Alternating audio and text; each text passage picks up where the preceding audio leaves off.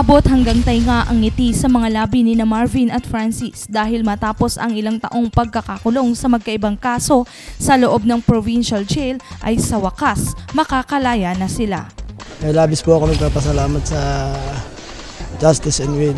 Nagpapasalamat po ako una-una po sa Panginoon, pangalawa po sa Justice on Will, dito po kay Warden, saka po sa mga jail guard dito. Dahil napasama po ako sa ganun. Sana po marami pang matulungan yung Justice on Will na mga kasama ko rito na makalaya rin po. Totoo lang po, hindi naman po lahat ng nakakulong ay may mga kasalanan eh. Marami rin po rito nakakulong na walang kasalanan.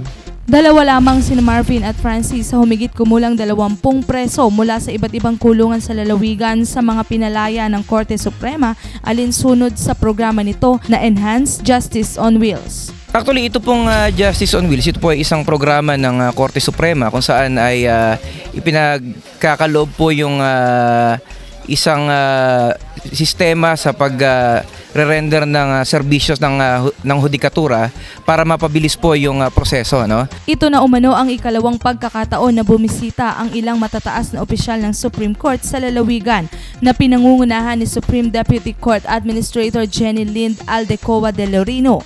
Pagmamalaki ni De Lorino, libo-libong preso na sa bansa ang natulungan ng nasabing programa na muling nabuksan at napag-aralan ang mga kaso at marami sa mga ito ang nabigyan ng laya. For the past 7 years, no? At least 7 years, as of last month, the results of our EJA program has been very, very encouraging. 5,115 cases have been heard inside our mobile courts. 3,867 cases were dismissed, while 12,993 cases were successfully mediated. That is something to be proud of.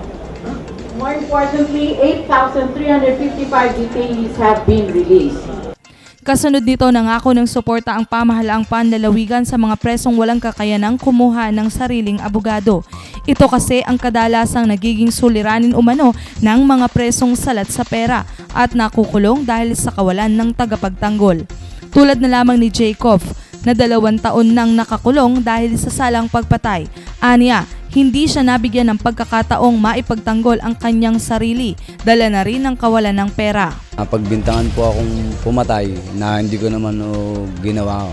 Parang wala ako talagang kasalanan na hinuli nila ako na hindi nila ako binigyan ng karapatan na yung...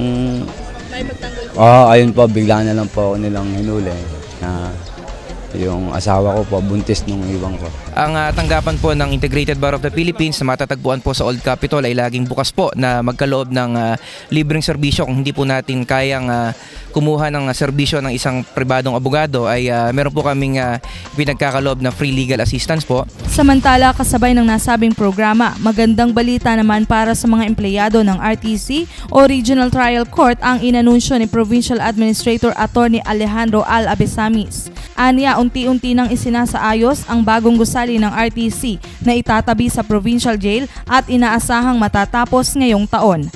Later this year, it will be in the new site. Doon po sa tabi po ng ating provincial jail.